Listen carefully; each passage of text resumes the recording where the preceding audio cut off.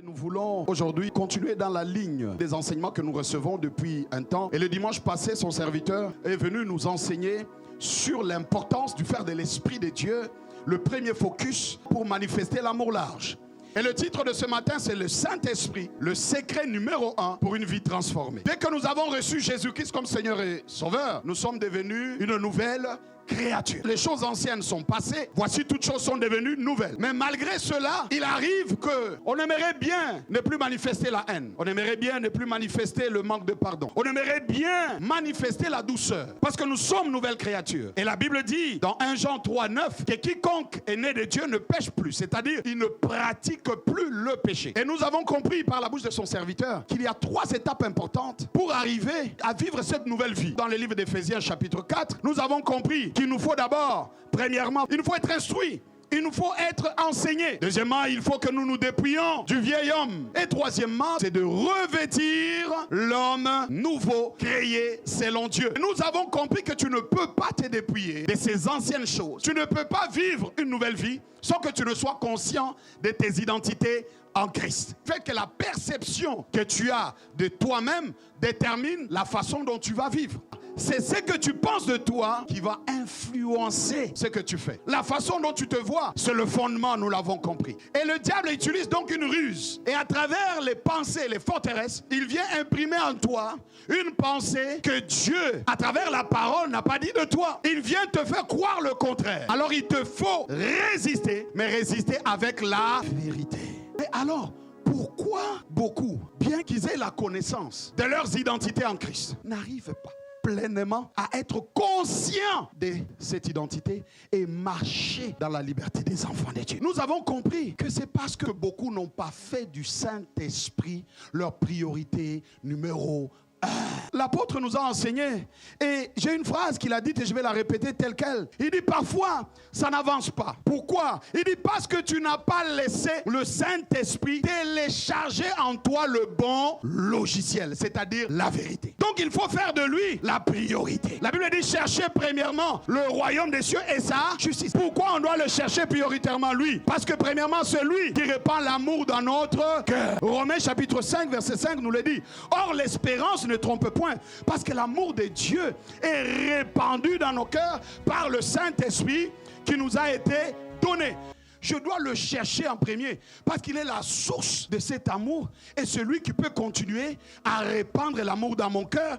Alors, si je veux réellement manifester cet amour large, il faut que je fasse de lui ma priorité numéro 1. Et tu l'as compris dans Éphésiens chapitre 4 verset 22 à 24. On nous parle de revêtir l'homme nouveau et à vous revêtir de l'homme nouveau, créé selon Dieu, dans la justice et la sainteté que produit la vérité. Et se revêtir de l'homme nouveau, c'est faire quoi? C'est dire Saint-Esprit vient, Saint-Esprit remplit, Saint-Esprit prend le contrôle. C'est lui encore, l'Esprit de Dieu, qui témoigne à notre esprit que nous sommes enfants de Dieu. Regarde Romains chapitre 8 verset 16. La Bible dit, l'Esprit lui-même rend témoignage à notre esprit que nous sommes enfants de Dieu. La racine grecque, c'est écrit martureo, c'est-à-dire un témoin, c'est-à-dire celui qui porte témoignage. C'est-à-dire c'est lui qui vient affirmer ce que l'on a vu ou expérimenté. Ta vie ne peut pas être transformée si tu n'es pas conscient de tes identités, si tu n'es pas conscient de la vérité, si tu ne sais pas qui tu es. Mais pour que tu sois conscient même de la vérité, ça prend l'Esprit de Dieu. C'est lui qui t'enseigne. Regarde avec moi Jean chapitre 16 verset 13. Quand le consolateur sera venu, l'Esprit de vérité, il vous conduira dans toute la vérité, car il ne parlera pas de lui-même, mais il dira tout ce qu'il aura entendu et il vous annoncera les choses à venir. L'Esprit qui révèle, c'est-à-dire celui qui vient ouvrir tes yeux. La Bible dit dans Jean chapitre 8 verset 32, vous connaîtrez la vérité et la vérité vous affranchira. Mais qui vient t'enseigner la vérité? C'est l'Esprit de Dieu. Actes des Apôtres chapitre 16 verset 14. L'une d'elles s'appelait Lydie. C'était une marchande de pourpre originaire de la ville de Thyatire qui craignait Dieu. Elle nous écoutait et le Seigneur a ouvert son cœur. Elle était en train d'écouter. Elle écoutait quoi? Les enseignements. Mais il fallait que l'Esprit vienne ouvrir son entendement, vienne ouvrir son cœur pour qu'elle puisse comprendre les Écritures. Et Jésus lui-même nous le dit encore. Luc chapitre 24 verset 45. Alors il leur ouvrit l'intelligence afin qu'ils comprennent les Écritures. Je comprends pourquoi alors Paul a prié Je comprends pourquoi Paul dans Éphésiens chapitre 1er verset 18, il dit qu'il éclaire les yeux de votre entendement. Dans d'autres versions on dit qu'il illumine les yeux de votre cœur. Mais dans la version Sterval on dit qu'il éclaire les yeux de votre entendement. Mais qui éclaire les yeux de notre entendement afin que nous comprenions l'espérance qui s'attache à notre salut, afin que nous puissions comprendre, saisir, être conscients des richesses de la gloire et de l'héritage que nous avons en lui. C'est l'Esprit de Dieu. C'est lui qui connaît tous les bienfaits qui t'ont déjà été donnés. Regarde 1 Corinthiens chapitre 2 verset 12. La Bible dit, or nous n'avons pas reçu l'esprit du monde, mais l'esprit qui vient de Dieu, afin de connaître les bienfaits que Dieu nous a donnés par sa grâce. Qui vient imprimer cette vérité dans ton cœur? C'est l'Esprit de Dieu. Ta relation avec lui va déterminer la façon dont il va opérer avec toi. Et c'est lui qui nous enseigne tout ce qu'il nous faut sur l'homme nouveau, qui nous enseigne toutes choses. Jean chapitre 14 verset 26. Mais le consolateur, l'Esprit Saint, que le Père enverra en mon nom, vous enseignera et il vous rappellera ce que je vous ai dit. Qui connaît les pensées de Dieu si ce n'est l'Esprit de Dieu?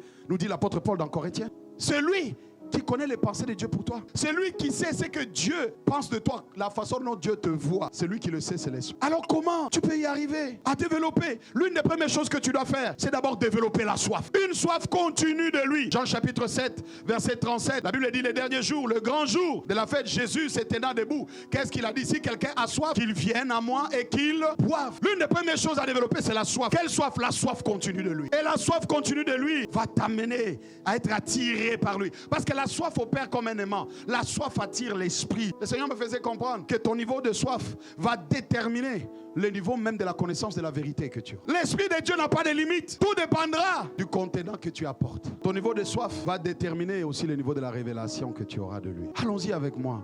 Quelques points. Premièrement, il faut apprendre à remercier l'Esprit. La Bible dit rendez continuellement grâce à Dieu. On rend les actions de grâce à Dieu.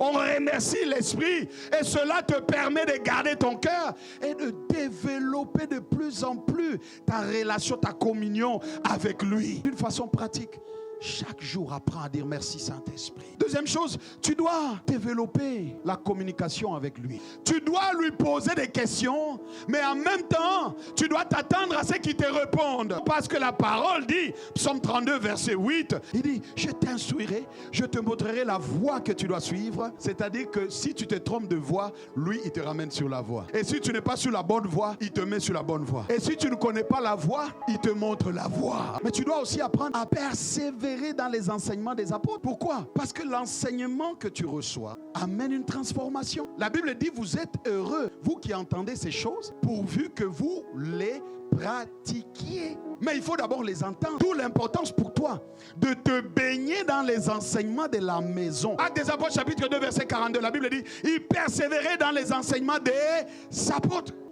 Proverbe chapitre 7 verset 2 dit, regarde, observe mes préceptes et tu vivras. Garde mes enseignements comme la prunelle de tes yeux. Donc les enseignements que tu gardes, tout d'abord tu les entends, tu les reçois, tu ne les rejettes pas, tu y crois, l'Esprit vient imprimer la vérité en toi, l'élément est donné et tu pratiques. Tu marches dedans. C'est-à-dire quand tu développes cette relation avec lui, quand tu développes cette communion avec lui, tu ne peux pas rester tel que tu es. Pourquoi? De Corinthiens chapitre 3 verset 18. Nous tous qui le visage découvert, contemplons comme dans un miroir la gloire du Seigneur.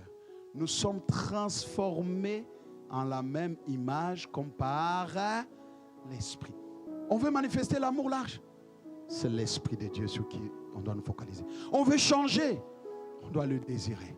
Dans nos lieux secrets, apprends à lui dire merci. Apprends à apprécier sa présence. C'est simple. Bien-aimé, le Saint-Esprit doit être ton focus numéro 1. Le matin, à chaque instant, Saint-Esprit, j'ai besoin de toi. J'ai besoin de plus de toi. Je suis insatisfait. Je ne suis pas satisfait d'une dimension d'aujourd'hui seulement. Je veux plus. Je veux rentrer dans plus de communion avec toi.